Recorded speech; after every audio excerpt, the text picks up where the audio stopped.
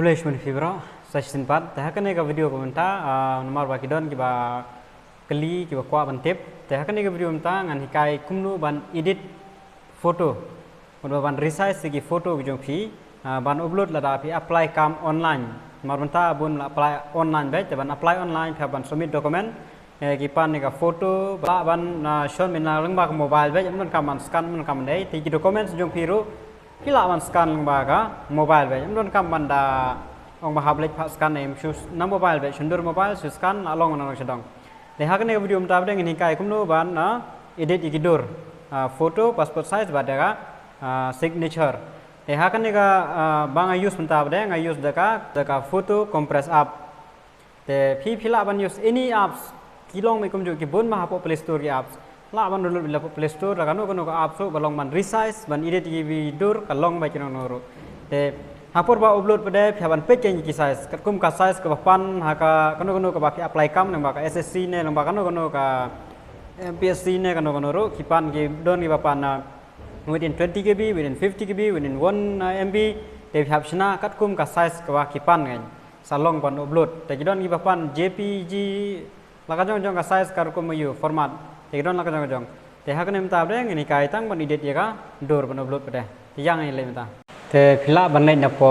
play store phila download any apps ki ban long convert image compressor ne kum tai te nga ka ba use nga man ta hang ne pada nga use do ne mo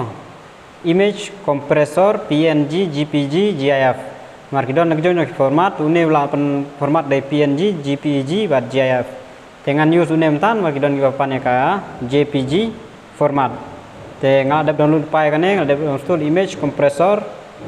PNG JPG nga open ya kane te pe hne kan don gine mo pa kidon compress photo resize man pen resize edit crop lada ka photo jumbi ka duna ka khongreng nan kan kumtai khap resize crop chwa te ngan rung hangne to ngan rung hane crop photo dengan sim ka we ni gine te kane ka photo ka ba nga suson la ka son pa yang don ba yung tu ten le kumno akwa ban resize no kane akwa ban crop bahano manon pen pau kita wan pen pau dure mo pau tang ka dur kum tu la yang yang ai save nga klik nang ne save to la long man save bak biang save ka tu la de pada le sha compress photo le biang shi ka tu ka dur ba mi ang ne pada kala compress wen te ka size pe hang ne ki size kat kum ka recommendation pe ka size kan nong te 47 KB tengah hablek kat kum ka jing kwa jong phi phap page ma kum ka jing kwa jong phi jangan ai no kan nong ai khatsan KB te kan ne bade pe kidon tang kini lai tli JPG recommended PNG original VB phap choose kan no kum ka jing pan kata ka website ko phi apply kam kan ada JPG kan ne kalong ada pan ni format don tang ini lai tli format tang PNG but WEPB te hang ne ngan user JPG ne da database I continue I save teng tu la long te ya ka signature kum ju hi